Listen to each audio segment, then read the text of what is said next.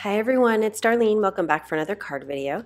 Today's card is a slider card, so you kind of pull this tag here and the dog elongates and then you can see the sentiment. So here's the front of the card, and then as you pull it out you can see the sentiment. I didn't use any special dies or anything like that because slider cards are actually pretty easy to make just on your own. So I used the Doggy Kisses set by Art Impressions, and you can see the stamp right here, and I also used the sentiment from this set. I'm going to ink him up with some Amento Tuxedo Black ink in my Misty. I'm using the grid sheet because I want to make sure his feet are aligned. And I was inking it up, and I slow-moed here so you can see my ink pad just literally had a mind of its own, and it flew out of my hand. It was just so funny. Anyway, this is just an A2 piece of cardstock, and I'm going to pause here so you can see where he's stamped. So it's about 2¼ inches up as the top of his head, and he's about 1/2 inch from the right-hand side of the cardstock. So what I'm going to do is I'm going to take the top of his tail and the bottom of his foot. I'm going to mark it on the side of the cardstock here because this is what I'm going to use to line up my slider. This is 1 7/8 of an inch high by 5½. And so what I want to do is I want to center it. I want that dog to be centered on my slider. So I'm going to put it between those two pencil marks. Now you can see I'm going to cover it up, so I'm just stamping the back. I just used a doubled up Post-it to cover the rest of the stamp. Now when I line this up, I just want to make sure, I kind of moved it a little bit after I lined it up, it's between, you can't see it once it lays flat, but it's good enough. I mean, it doesn't have to be perfect, so just make sure that it's lined up on the left hand side against the Misty and centered between those two pencil marks, and then just stamp the right hand part of the dog. So I'm going to lift this up so you can see where I stopped the ink, because this is where the body can sort of be extended pretty easily as far as the width goes. So this is where I cut it off. So what I'm going to do next is my sky, because once I add a bunch of foam tape and stuff, it's going to be really hard to ink it up. So I'm going to do that first. I'm just using some tumbled glass and a sponge dauber. I always use a sponge dauber when I just want a light application of ink. It's just a fingertip foam applicator. And since it's a sky, it can be a little bit blotchy. The next thing I'm going to do is cut the slit for my slider. So I want to make sure that my slit is exactly lined up with the stamp. So I'm measuring how far it is from the paw to the edge of my slider. And then I'm going to measure that same distance on my main card, A2 size piece here. And I'm going to mark it with a pencil. Okay, so that's where the bottom of my slider needs to be. Now remember, the width of my cardstock is 1 7/8. So I'm going to measure 1 7/8. But since I need a little bit of wiggle room for this slider, I'm going to measure just a tiny smidge outside 1 7/8 on both sides. So probably the whole thing is 1 7/8 plus maybe 1/16 of an inch in total. All right, I'm just extending those pencil lines so that I can see them where the slit is actually going to be. And I just put a cutting mat. This is an X-Acto knife, and I'm just cutting along one of the bandage lines. And then I'm going to take my ruler and I'm going to mark from the bottom of that bandage line to the line that I created for the start of the slit. And then I'm going to mark from the top of the bandage to the top of the line that I marked for the slit. And so they're not going to be even because the bandage lines are curved, but that's okay, it's not a big deal. So I'm going to use my ruler as a guide so I can actually cut these holes here, and I'm going to move it over for that one at the top and just cut from the top pencil line down to the dog. And then you should be able to just kind of pop it open. And it wasn't popping open, it's because I just didn't have my line extended. They weren't meeting. So I just flipped it over and connected those two lines, and then I was able to open it just fine. So this is what the slit should look like. And now I can try to see if my slider will fit. So I like it to be really super snug because I don't want it moving around and jiggling when the person is opening or closing it. So you can see as you go in and out with it, it's going to kind of create a nice groove to move in. You just have to do it a bunch of times, and it's much better to have it snug and then kind of make it sort of fit perfectly as you go in and out with the slider. Now that my slider works, I'm going to erase my pencil lines and work on extending the dog. I'm going to mark 1 1/4 inches from the left-hand side of the slider because I think that's plenty enough room to extend the dog. So I'll put my slider back in. I'm going to put it just inside that pencil line that I did. And this will be the farthest that my slider comes out. And so I just need to extend the dog from the back to the front. I'm going to do it with a pencil first just because I don't want to mess it up. So I'm just going to draw from one edge, keeping my eye at the bottom to meet the bottom edge. And I'm just going to do this slowly, and you can of course erase it and do it multiple times as much as you need to, but just to connect the dog so that you have both sides even when it's finished. And then I'll take my Copic liner. I'm using my 0.3, and this is safe for Copic markers, so it won't bleed or anything like that. So that's why I'm using this marker, and go all the way to the edge. And then I'm just going to draw bandage lines just similar to the ones that are already on the stamp, kind of making some of them curved, some of them straight.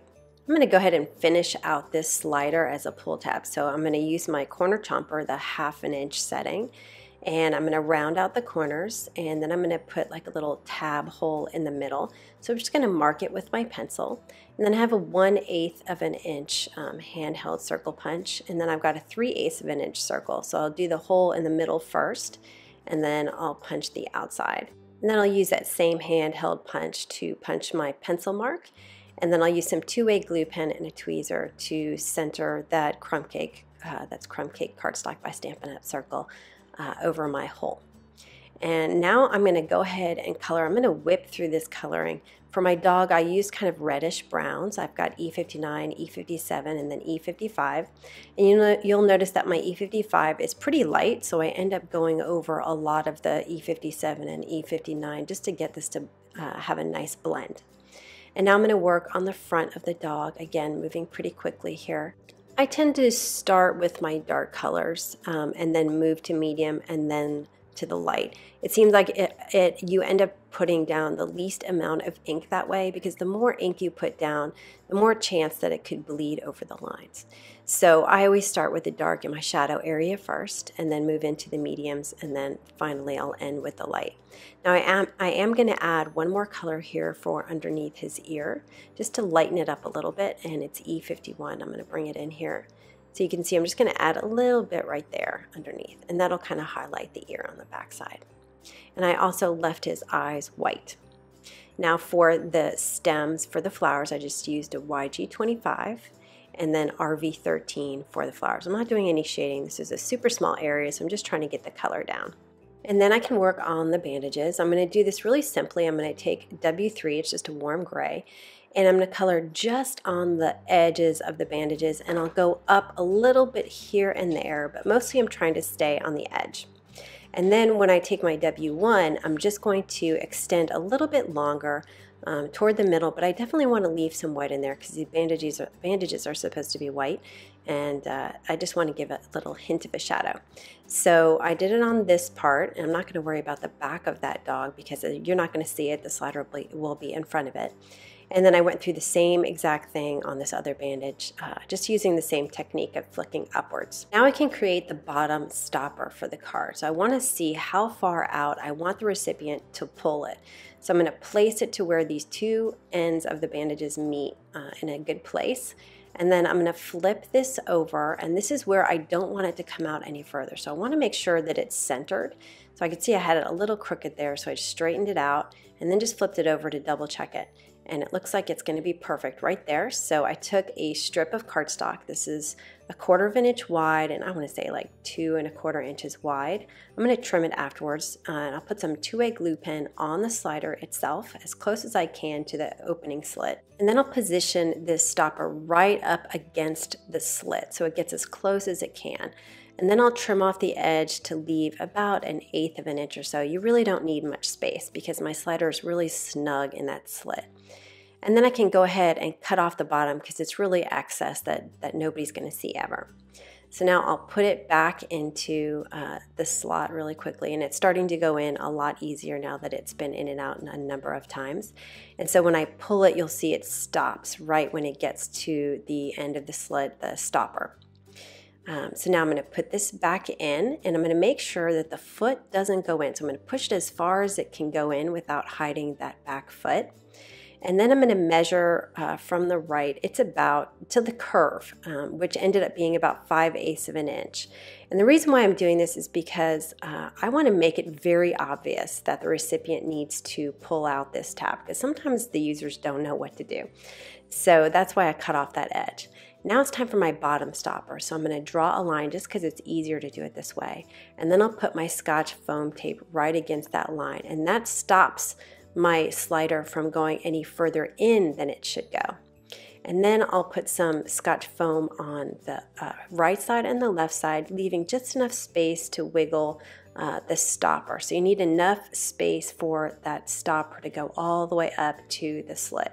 And this is what makes the slider so easy. You just line the edges of it and you're good to go. So you can see how it goes inside this little box. So you're just really creating a box. And this will adhere to my card base and secure everything inside. I forgot my sentiment, so I'm going to pull this tab out and I'm going to stamp it on the inside just above the bandages so that you don't see it when the slider is inside the card. I'm just using some Hero Arts black ink. I'm going to use these Grassy Fields dies by My Favorite Things. I'm actually going to use the small one. I cut some out of Wild Wasabi cardstock and I just marked it so that it was meeting at the dog's feet, and then I adhered it with some Scotch foam tape.